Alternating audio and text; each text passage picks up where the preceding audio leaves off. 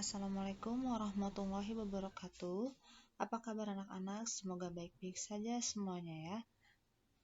Pada pertemuan kali ini kita akan membahas tentang mengidentifikasi ciri bahasa teks laporan hasil observasi atau yang disebut LHO dan menelaah struktur teks laporan hasil observasi.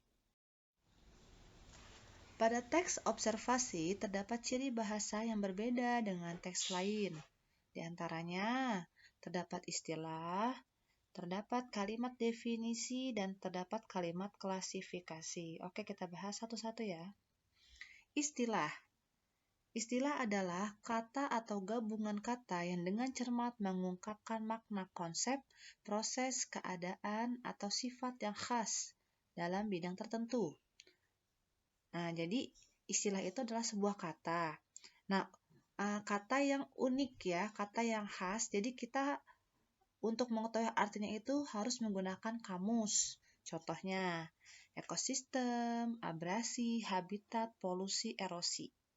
Ya, istilah juga disebut sebuah kata yang mengandung arti khusus.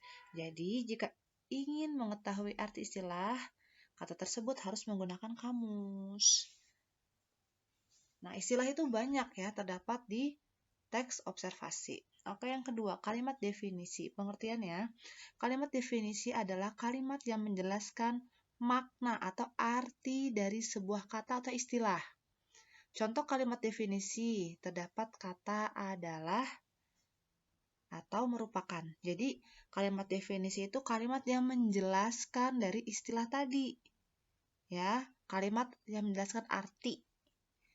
Cirinya ada kata adalah atau ada kata merupakan. Contoh, abrasi. Abrasi tadi kan istilah.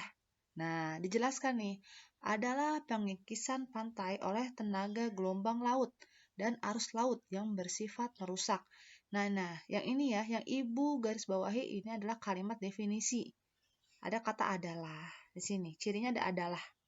Ya, kalimat yang menjelaskan dari sebuah kata. Katanya ini abrasi. Abrasi itu istilah. Gitu. Habitat itu istilah ya. Artinya merupakan tempat suatu makhluk hidup tinggal dan berkembang biak. Nah, di sini ada kata merupakan. Nah, yang ibu garis bawahi adalah kalimat definisi. Yang ketiga, kalimat klasifikasi. Pengertiannya, kalimat yang berisi penggolongan suatu hal ke dalam beberapa kategori tertentu. Jadi biasanya kalimat klasifikasi ini menggolongkan ya sesuai kelompoknya lalu dirincikan. Contoh, merincikan tentang tumbuhan berdasarkan kelas monokotil dan dikotil. Lalu dijelaskan di situ dirincikan cirinya, cara berkembang biaknya, contoh-contohnya gitu. Jadi kalimat klasifikasi itu kalimat yang mengelompokkan sesuai kelas-kelasnya. Misalkan kayak kucing, berarti masuknya kemana? Dikelompokkan ke kelas mamalia. Ya, karena ia menyusui. Ciri-cirinya apa? Melahirkan, terdapat daun telinga, dan lain-lain. Oke. Selanjutnya, struktur teks laporan hasil observasi atau yang disingkat LHO. Struktur atau bagian-bagian penyusun dari teks laporan hasil observasi ini, kita perhatikan yang pertama itu ada pernyataan umum atau disebut juga definisi dan klasifikasi. Ya, pernyataan umum atau deskripsi umum, informasi umum. Nah, yang kedua, deskripsi bagian. Yang ketiga sama nih. Biasanya kan banyak penjelasannya ya. Jadi beberapa paragraf itu isinya deskripsi bagian gitu. Yang terakhir simpulan. Simpulan itu boleh ada, boleh tidak. Nah, ini pengertiannya ya. Pernyataan umum atau informasi umum ya. Atau deskripsi umum, gambaran umum sama. Mengandung keterangan umum mengenai subjek yang dilaporkan. Pernyataan umum mengandung informasi umum, biasanya nama Latin, kelas, asal-usul, informasi tambahan tentang hal yang dilaporkan. Nah, biasanya pernyataan umum atau definisi umum atau gambaran umum ini terletak di awal paragraf, ya. Bagian tersebut terletak di awal paragraf. Nah, biasanya yang disampaikan apa? Namanya, penjelasan arti nama, kelasnya, gitu ya. Masih secara umum tapi. Nah, untuk rinciannya masuk ke deskripsi bagian. Biasanya deskripsi bagian ini banyak paragrafnya karena dia menjelaskan atau merincikan hal yang dilaporkan, ya. Ya, ini contohnya nih. Jika binatang bisa berupa ciri fisik, dijelaskan, dirincikan secara detail. Makanannya, habitatnya, perilakunya. Jika tumbuhan bisa berupa ciri fisik akar, bunga, buah, atau perincian bagian yang lain. Tidak jarang, manfaat dan nutrisi juga dipaparkan pada bagian ini. Kalau yang dilaporkan berupa objek, deskripsi bagian berisikan klasifikasi objek dari berbagai segi dan deskripsi manfaat suatu objek. Sifat-sifat khusus objek.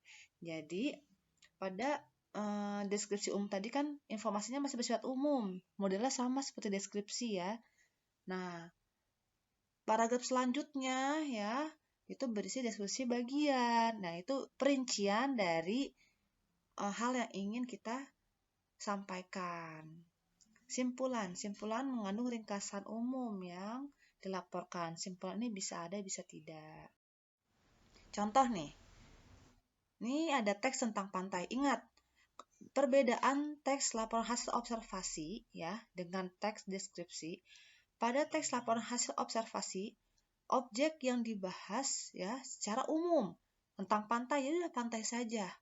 Pantai secara umum berbeda dengan teks deskripsi. Kalau teks deskripsi itu pantai yang bersifat khusus. Pantai apa? Misalkan pantai Anyer, pantai Ancol, beda ya.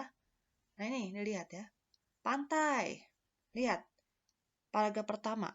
Ini bagian definisi umum atau gambar umum atau deskripsi umum. Kata lainnya ya. Lihat nih, pantai adalah batas antara daratan dengan lautan. Batas ini merupakan zona laut sampai dengan kedalaman 200 meter dan seterusnya. Di sini ada istilahnya pantai. Ya, dan dijelaskan juga artinya, ada kalimat definisi. Ini paragraf pertama. Nah, ini paragraf keduanya, panjang ya. Nah, dijelaskan, dirincikan. Pantai ada pantai landai, ya. Pantai landai itu ada apa aja? Ada pantai mangrove, pantai bukit pasir, dan seterusnya. Contohnya pantai mana, pantai mana. Nah, ini paragraf selanjutnya ini merupakan deskripsi bagian. Di sini dirincikan, ya, jenis pantainya, ciri pantainya, contohnya, gitu. Dan dikelompokkan. Nah, ini paragraf kedua ini yang disebut banyak kalimat klasifikasi karena di sini mengelompokkan berdasarkan jenis pantainya, ya, dikelompokkan berdasarkan golongan pantainya. Simpulan ini bisa ada, bisa tidak. Biasanya simpulan itu berisikan tentang manfaatnya, ya, manfaat pantai, ya, atau simpulan dari teks yang tadi kita bahas tentang apa. Oke, untuk diingat ya, teks observasi itu teks yang di dalam itu hasil dari pengamatan, ya. Sebelum dibuatnya teks harus diamati dulu, harus diteliti dulu, harus benar, ya, harus bisa diuji kebenarannya, bisa diteliti. Karena kenapa teks hasil laporan observasi ini digunakan untuk sumber ilmu pengetahuan, ya, digunakan di beberapa buku. Buku yang kalian baca itu merupakan hasil dari teks laporan observasi. Jadi kita tidak bisa sembarangan membuat teks hasil observasi. Berbeda dengan deskripsi. Deskripsi itu bisa semua orang menulis karena hanya menggambarkan menurut persepsi dari penulis. Ya, seperti itu. Terima kasih, ini untuk tugasnya. Tolong dicatat semuanya agar kalian paham. Boleh ditulis di HVS atau di folio. Nanti dikumpulkan, jangan hilang ya. Atau boleh nggak mau diketik, boleh, silahkan kalian ketik dan kalian print. Bebas, yang penting kalian mengerjakan, ditulis semuanya ya. Oke, terima kasih.